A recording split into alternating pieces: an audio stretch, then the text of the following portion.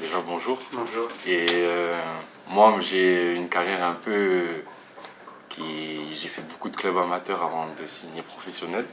Une carrière atypique, comme on dit. J'ai commencé le foot à l'âge de 5 ans. Gardien directement. Je ne suis pas passé par la phase de joueur, comme certains le font. Moi, j'ai commencé gardien directement. Pourquoi? Parce que mon père il était gardien de but aussi à l'époque. Et quand on m'a inscrit dans mon premier club, qui est le club de ma ville, à Marseille, qui s'appelle Michelis, mon père jouait encore un peu au football avec un club de vétérans. Et quand j'allais le voir, du coup, je voulais faire pareil que lui. Donc ça a commencé comme ça. Donc j'ai commencé gardien par rapport à mon père. Ensuite, j'ai fait... Il a joué à un bon niveau, ton père, ou c'était... Oui, il a joué à un bon niveau, mais malheureusement, ça n'a pas abouti à quelque chose parce qu'il a eu une blessure qui l'a éloigné des terrains et il n'a pas su s'en remettre. Donc, non. Il n'a pas eu une grande carrière, mais il a eu sa petite carrière. D'accord, merci. Est-ce que déjà t'es grand, parce que ça joue également dans le fait dès, je sais pas, 8, 9, 10 ans, que t'étais un peu plus enclin Comme tout le monde me dit ça, en fait, moi, quand j'ai... Entre mes 5 ans et mes 17 ans, j'ai toujours eu une taille petite. Ah d'accord. J'ai grandi d'un coup.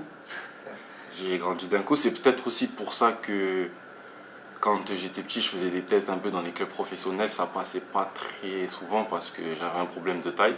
Ce qui est étonnant quand on me voit maintenant, c'est vrai. Donc non, quand j'étais petit, j'étais vraiment petit de taille. Quand tu étais plus jeune, il y a eu des touches avec l'OM par exemple, ou c'était plus d'autres clubs Non, c'était vraiment plus d'autres clubs. J'ai jamais eu de touche avec l'Olympique de Marseille. Ça reste ton club un peu que tu supportes, on va dire? Oui, bien sûr. Club de ma ville, c'est le club avec lequel j'ai grandi. Donc bien sûr, oui. C'est un club de cœur, on va dire. Petite parenthèse, le fait de jouer au Vélodrome, même si c'était contre Martigues, ça a fait quelque chose de particulier? Bien sûr, c'était quelque chose de particulier. Pour moi, c'était un moment incroyable, un moment que j'oublierai jamais. J'ai joué au Vélodrome qui est à 10 minutes en voiture de chez moi. Il y avait toute ma famille, tous mes amis qui sont venus assister au match. Et pour moi, c'est un moment que j'oublierai jamais. En plus de ça, on a gagné 4-0. Donc, clean sheet. Clean sheet. Sans forcément faire tous tes clubs amateurs, avant d'arriver à Grenoble, tu étais à Chambly. Oui. C'est là-bas où tu as vraiment pris ton envol. Je crois que tu arrives en plus comme numéro 2 ou comme numéro 3 là-bas, mais qu'au fin de saison, tu étais numéro 1. Ça s'est un peu passé comme ça. Ça s'est passé comme ça. Je suis arrivé en tant que numéro 3 à Chambly, où j'ai fait la première partie de la saison beaucoup en réserve. Qui joue à quel niveau, la réserve? La réserve qui était en R1 à l'époque, Ouais, à Chambly. Mais que je faisais souvent les groupes avec l'équipe nationale parce que le gardien numéro 2 était blessé. Donc j'ai fait une grande partie en groupe et le week-end avec la réserve. Arrivé au mois de février où malheureusement on était dans une situation qui n'était pas favorable au club. Le coach il a décidé de faire jouer les jeunes et j'en faisais partie. Bon, ça n'a pas changé grand-chose, mais d'un point de vue personnel, oui, ça m'a beaucoup aidé dans ma progression. Comment sont passés les premiers contacts avec Grenoble? C'est qui t'a appelé par exemple pour te montrer de l'intérêt? Voilà, comment s'est déroulée ton arrivée? C'est via mon agent Ouais. qui m'a dit qu'il avait eu un contact avec Grenoble. Ensuite, dans la semaine, j'ai eu l'appel de Arnaud Gentil, qui est mon coach des gardiens, qui m'a expliqué un peu comment ça allait se passer, pourquoi il cherchait un gardien, surtout dans quelle position le gardien qui va venir va être. Donc voilà, on a discuté, je me suis mis d'accord avec Arnaud. Je suis venu une semaine en test à Grenoble et ça s'est bien passé. Quand tu es arrivé, tu as eu l'impression qu'on te jugeait uniquement sur tes qualités de gardien, ou est-ce que ta personnalité et tes qualités d'homme aussi étaient scrutées? Parce qu'on sait que c'est plutôt important a priori pour Arnaud cet aspect. Non, avec Arnaud c'est plus, oui, qualité de gardien bien sûr parce que c'est une équipe professionnelle, mais beaucoup aussi l'homme que je suis, le caractère que je peux avoir, parce que c'est important aussi dans un groupe de gardiens d'avoir des gens qui sont droits, qui sont, on va dire, travailleurs aussi. Et ça, je pense que c'est un aspect important pour Arnaud. Arnaud, tous les gardiens qui sont passés par là disent beaucoup de bien de lui, qu'ils les ont fait progresser. Voilà comment, juste toi, ta relation à la fois humaine et à la fois professionnelle par rapport au poste de gardien de but. Bah moi, pour moi, c'est un peu plus compliqué parce que en fait moi c'est mon premier club professionnel Grenoble et j'ai signé ici à 22 ans, donc forcément j'ai pas eu la formation nécessaire, on va dire, pour le haut niveau. Donc Arnaud a beaucoup pris son temps avec moi, il m'a beaucoup parlé, beaucoup de pédagogique, l'exigence de travail qu'il met en place aussi tous les jours. ce qui fait qu'aujourd'hui, je peux prétendre à être un bon joueur de Ligue 2. Comment tu as vécu un peu l'été de Brice Maubleu? Parce que, a priori, tu étais le numéro 2, voilà, on t'avait déjà fait grimper un peu dans la hiérarchie. Dès le début de l'été, il y a des rumeurs de départ de Brice. J'imagine que vous en avez parlé avec vous tout l'été. Est-ce que ça t'a travaillé un peu le fait qu'il parte, qu'il reste, etc. Comment tu as vécu, toi, cette période? Moi, je ne l'ai pas mal vécu. Je l'ai vécu comme si Brice allait rester. Tant qu'il n'était pas parti, Brice, il était toujours au club. Donc, toujours se tenir prêt, comme tout joueur professionnel. Et attendre que son heure arrive. Après, bon, bien sûr, ce sont des choses qui peuvent perturber par moments, mais il faut toujours rester concentré. Brice était là avant de partir quand il y a eu les rumeurs, donc non, je ne l'ai pas mal pris, je suis resté calme. Arnaud, qui parlait avec moi, me disait que voilà, si jamais Brice s'en allait, on ne sait pas ce qu'on allait faire. Donc il m'a gardé un peu, on va dire, au diapason, comme on dit. C'est une légende, un Brice dans ce club, Bien sûr. et c'est pas facile de succéder à une légende. Est-ce que ça t'a mis une forme de pression, ça, ou t'as réussi à l'évacuer Non, c'est pas forcément Brice qui m'a. Le départ de Brice qui m'a forcément mis une pression. C'est plus le fait de commencer en Ligue 2. Ouais. C'est pas une pression négative, c'est une bonne pression parce que on est joueur de foot, donc forcément à un moment donné dans notre carrière, on sera amené à jouer et c'est ce qu'on veut nous. Donc non, c'est plus une pression où tu as envie de bien faire, une pression positive on va dire. Mais la pression où Brice s'en va, où il laisse le statut derrière lui, non, j'ai pas eu cette pression-là. Parallèlement, tu as honoré aussi tes premières sélections. Est-ce que y a beaucoup de choses qui te sont arrivées en fait? Est-ce que tu as besoin d'un accompagnement? Est-ce qu'Arnaud te parle beaucoup? Est-ce que ta famille est proche dans ces moments-là? Ou est-ce que globalement, tu n'es pas le genre à te mettre justement de la pression comme on te demandait juste avant? Si, c'est important d'avoir des gens autour, surtout quand les choses arrivent vite comme ça. Alors nous, oui, il me parle beaucoup, il me donne beaucoup de conseils, il essaie de m'aiguiller dans la bonne direction.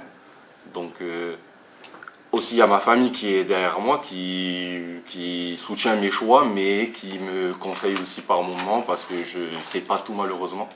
Je ne sais pas tout et c'est bien d'avoir des gens autour de soi qui sont bienveillants, qui ne choisissent pas pour toi mais essayent de t'aiguiller. Et c'est ce que fait Arnaud et les membres de ma famille.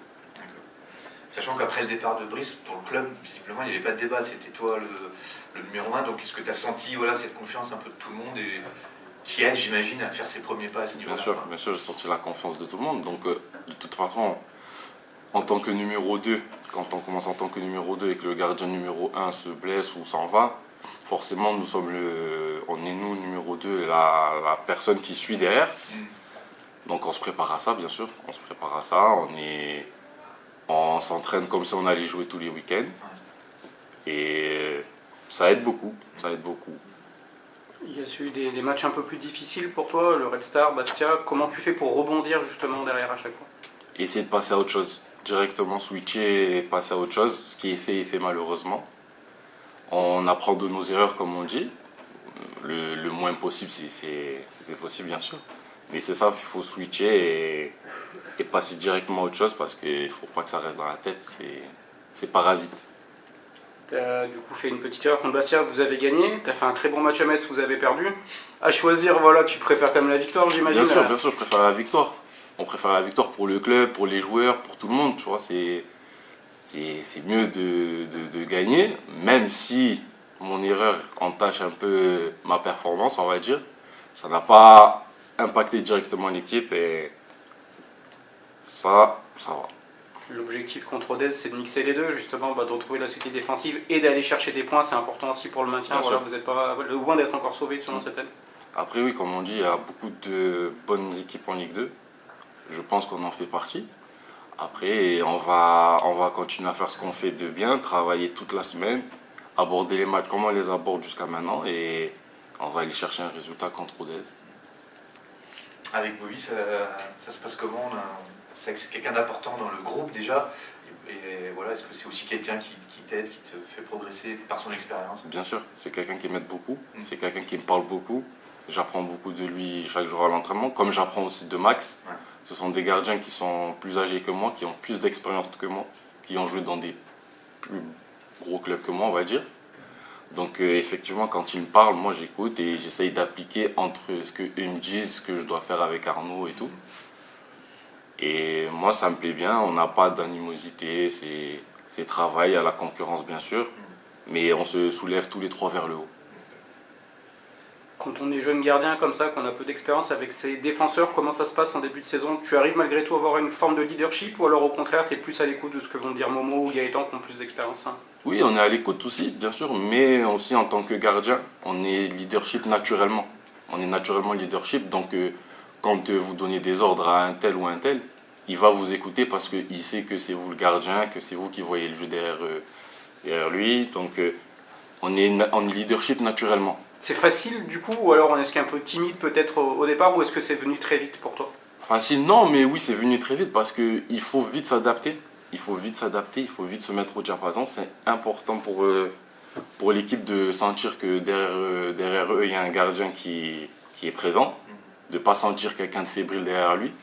C'est important pour l'équipe et je pense que ça y joue aussi dans les performances des matchs qu'on peut avoir.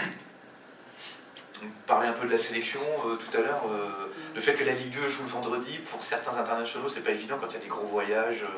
D'ailleurs, l'ancien coach plusieurs fois a choisi de mettre Bobby. Est-ce que ça, c'est une réflexion que tu te fais en disant moi j'ai quand même envie d'être numéro 1 à Grenoble ou les sélections, c'est tellement fort qu'il n'y a pas de débat pour toi? Bien sûr, je me posais la question avant de partir en sélection, comme vous l'avez dit là tout de suite. C'est quand je partais en sélection, quand je revenais, je ne jouais pas le match qui suivait. Ouais, Pourquoi? Parce que je revenais dans un temps qui était vraiment restreint avant le prochain match de championnat. Ouais. Et c'est aussi une forme, on va dire, pas de protection, mais une forme comment dire, oui, une forme de protection, on peut dire ça comme ça, c'est revenir avec la fatigue du voyage, revenir avec tout ce qui s'est passé en sélection et enchaîner direct 2 jours après dans un match qui sont tous des matchs à coup près, comme on dit. Donc on va dire, c'est un peu risqué. Et je pense que le club a bien géré cette situation.